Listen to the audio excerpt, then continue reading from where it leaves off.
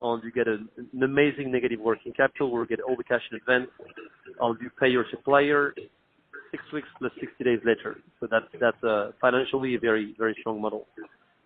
If you buy from the Far East, it's slightly different. If you're a small company, you're going to have to pay 25 to 40% deposit when you place an order on week 1. Then you're going to have to pay all the rest when your order is shipped, usually on week 8. Then it arrives at your warehouse on week like 12, and then you still need to be selling it. It takes a lot of time. So in terms of working capital, on the risk you're taking, inventory risk you're taking not to sell the item is huge. Also, you need to buy in bigger quantities when you buy from the Far East. If you're a big retailer or a big brand, you still have the same lead times on the same inventory risk. The only difference is you pay most of it on shipment, so after 8 weeks, 8 weeks after placing the order or after delivery. But still, your working capital is not as good. Julien, maybe going back a little bit, correct me if I'm wrong, but I think about 15% of the market is online today.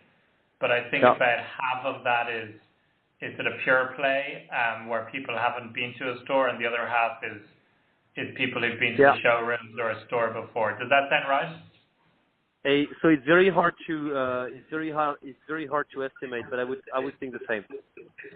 Okay, and if you were to guess what that looks like in 10 years' time, what would be your guess? In 10 years' time? Well, it's a big guess, but I think in 10 years. The thing is, the UK market is very, very, very fragmented. And it was when Made arrived on the market 10 years ago, when I came to London, I think the biggest players had 5% market shares, was Argos and IKEA, and then DFS came quick. And now I think IKEA is like 3 to 4 times that, and it's less fragmented, but it's still a very fragmented market. So if the market was not fragmented as much as it is, I would say that in 10 years, we have 50% of the sales made online, whatever the format. And for most of those, for the big brands, they would all have showrooms. The part which is hard to guess is how many little shops are going to stay on the high street. Yeah. But I think that it's decent to say that 50% of the market will have moved online. I mean, would have moved to people who have an online presence. Okay. I wouldn't be surprised. It's quite a big number, huh? But it might be 30, might be 40, but it's definitely going in that direction. And it's the one direction spec. Yeah. And so let's say it's 50, it could be that 20% of the market is people who've never actually seen the furniture or sofa, and the other 30% is people who are going to the store, checking it out, and then they go home that night and they buy it. Yeah. Because presumably the guys that don't actually ever see it, that's a pretty limited market, because not many people want to spend £1,000 on a sofa that they haven't sat on. It's a bit of a paradox. I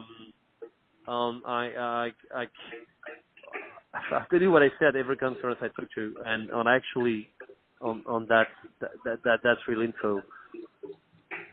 So we launched Made, we have no showrooms. We launched Made, we have no showrooms, and we only launched our showroom in September 2012. Yeah. Before launching a showroom, 50% of the sales were upholstery already. So it means that without a showroom, for a new brand, unknown on the market, selling things that were too good to be true, good design, good price, on the same quality, you still had 50% of the turnover coming from people willing to buy something they have never seen, or they had never sat on. So when we opened the showrooms, actually this went higher. It went down because then we released a lot of different products, on not only upholstery, we became big in other categories. But showrooms help sell upholstery. However, people are able to buy without seeing a product.